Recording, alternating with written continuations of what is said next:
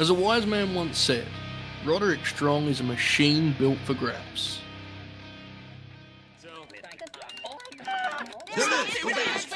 Too late, I'm in the 40s. Gotta go around the horn. It's faster.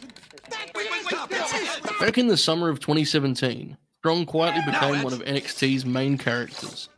And while the push itself earned mixed reviews, it produced a match that unfortunately only I seem to remember. With that in mind, it feels like my duty to change that. Once again, returning to that personal sweet spot of NXT's stylistic middle ground, as Strong challenges Bobby Roode for his world's title. You don't know what hard times are, Daddy. The irresistible force meeting the immovable object. You want a war? I was still 360 and said I just whipped your ass.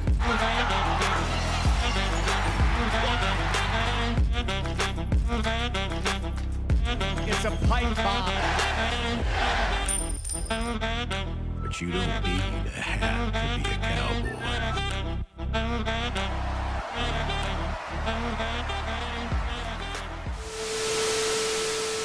After almost 12 years in TNA, Bobby Roode had arrived in NXT 1 year prior, appearing at TakeOver Dallas and making his television debut 4 months later. Armed with the wonderful glorious theme and a main event presentation, Roode quickly climbed the ranks, winning NXT's top title in January 2017. It was a transitional phase for the belt, with Roode sending Shinsuke Nakamura out of NXT on the road to Drew McIntyre's coronation. Ultimately, that would be another transition in its own right. That's another story for another day.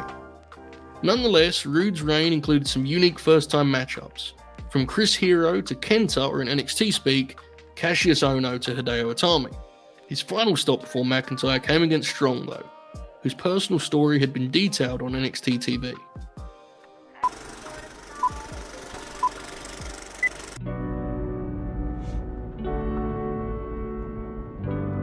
I mean, I really never thought I'd be down here again. Just for me, it's easier, I guess, to run from those emotions sometimes. An indie wrestling legend, Strong had arrived the prior fall, struggling for a clear role until this babyface reset. The plan of attack was an example of NXT's strengths back then, adjusting to the talent in question and positioning them to succeed. Things didn't fully come together with Strong's ascent up the card, but those videos were remarkably human. It was raw and real, a fittingly grounded and believable presentation for Strong, whose wrestling historically spoke for itself. In addition, Strong's vulnerability gave immediate ammunition to the champion, with Roode swiftly producing some of his strongest promo work. That era of NXT often borrowed from late Crockett, early WCW, even resurrecting War Games as well as Paul Ellering's wrestling career, though not in that order. Bits aside, the overlap was actually in the show's traditional formatting, presenting modern talent in a back-to-basics fashion. Hilariously though, this Roode-Strong dynamic always felt like an unhinged attempt at recapturing the framing of Flair Steamboat. For those unaware, their iconic 1989 series was broadly defined as Family Man versus Ladies Man, a white meat babyface up against an arrogant playboy. It didn't do much for hardcore fans in 1989, actually splitting live crowds even back then, which makes its subtle revival here all the more funny to me. Did it work? Not really. Do I care? Absolutely not. This is professional wrestling, brother. Good versus evil, a battle between decency and filth, to quote Kevin Von Erich of I Just Love AEW fame. Seriously though, I thought this feud's content was totally at home in that version of NXT, showcasing the simple storytelling that was so absent on Raw and SmackDown back then. Now, the match itself wouldn't reach the heights of Flair Steamboat, obviously, nor did anyone expect it to. With that being said, I adore this thing, a total hidden gem of my personal black and gold glory days. Part of that is the setting, being positioned as a signature match for NXT TV. That was a collector's item of sorts previously, but had become more common by 2017. They are not only the main event of the July 5th TV either, making their entrances with just shy of half an hour left at their disposal. It's given the proper presentation too, with pre-match interviews accompanying the extensive video package. As a result, this swiftly packs the punch of a special occasion, giving Roode the feel of a touring NWA World Champion, stopping through the territory's television studio against a local hero. While it wouldn't get Strong over the hump, this angle worked for Full Sail too, greeting the bell with a complimentary atmosphere. The match's framework is just as old school as its backdrop, with Strong fueled by his family's presence in the front row. At core, it's a title match about selling, operating at a classical main event pace and building around two contrasting targets. They set the tone immediately, with Roode wrestling in a fashion befitting the opposition, making his intentions clear as early as the opening headlock. His arrogance opens the door for Strong though, whose intensity arrives as immense as ever. Strong's in-ring skill set is often associated with the heel role, producing some classic campaigns from that position. He's not all that far behind as a babyface though, even if it limits his personality. Strong's pace alone makes him easy to root for, pairing that energy with a palpable fire. More than any of that though, he has backbreakers. Many backbreakers. Here though, that route of attack is marvellously maximised by Roode, who produces possibly the finest performance of his career. His selling is extraordinary, portraying agony without earning a hint of sympathy.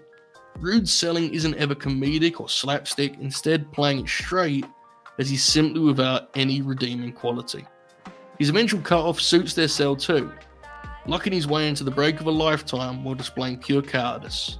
It's perfect, immediately taking advantage of the opening and suddenly growing in confidence, taunting Strong's family at the first sign of success. Roode goes right to work on Strong's now injured leg, taking an extended heat segment. Strong's own selling is typically terrific, seldom sacrificing the investment yet firing back throughout.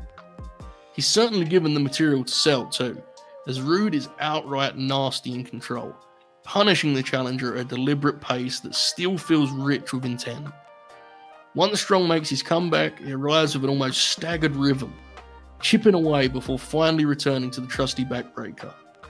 The final third's back and forth action doesn't throw away their prior efforts either, maintaining the cadence and core that got them there. Their injuries remain relevant throughout, seemingly in attendance for just about every step of their gradual escalation. It's a real commitment on that front, striving for a consistency that isn't necessarily associated with the brand's most recognised house style.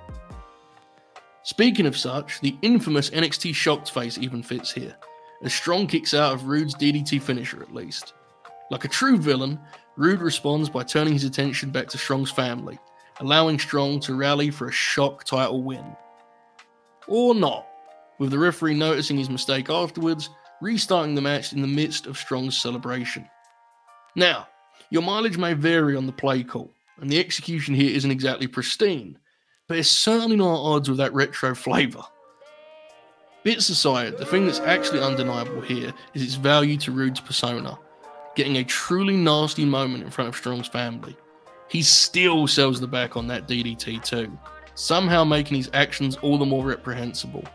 Silly as it sounds, that visual of pain gives the move a sense of sacrifice, speaking to Roode's edge as champion. Beyond the entrance music and robe, he's a desperate, dangerous man. In an ideal world, this would have been the precursor to Strong's happy ending, toppling Roode at a takeover event to become NXT champion. That wasn't meant to be, but it worked out well enough in the end, with Strong joining the Undisputed Era for an ultimately beloved run. It'd lead NXT out of my preferred middle ground, of course, but I'm happy to let people enjoy things on this one occasion. To be fair, Strong would get his win back, sending Roode packing from NXT. Inexplicably, he'd arrive on SmackDown as a babyface, ultimately settling in a couple neat tag teams before being halted by injuries. If indeed his in-ring story is complete, I hope that history is kind to Roode. He should probably be most remembered for those tag team exploits, being one of his generation's finest grapplers in that regard. This NXT run wasn't his only hit singles reign though, first proving his worth as TNA's It Factor in 2012. Roode is a name for the famed solid work from high-level pro category, but I say that lovingly. There's more depth to his catalogue than your memory may suggest, and he had frequent flashes of excellence over his near 2-decade run on the national stage. I'd argue that this match is near the top of that list, especially as a singles. It's a genuine favourite of mine, quietly one of the era's finest NXT title tilts. Fittingly, it's hardly ever cited as such, making this a true JHP hidden gem.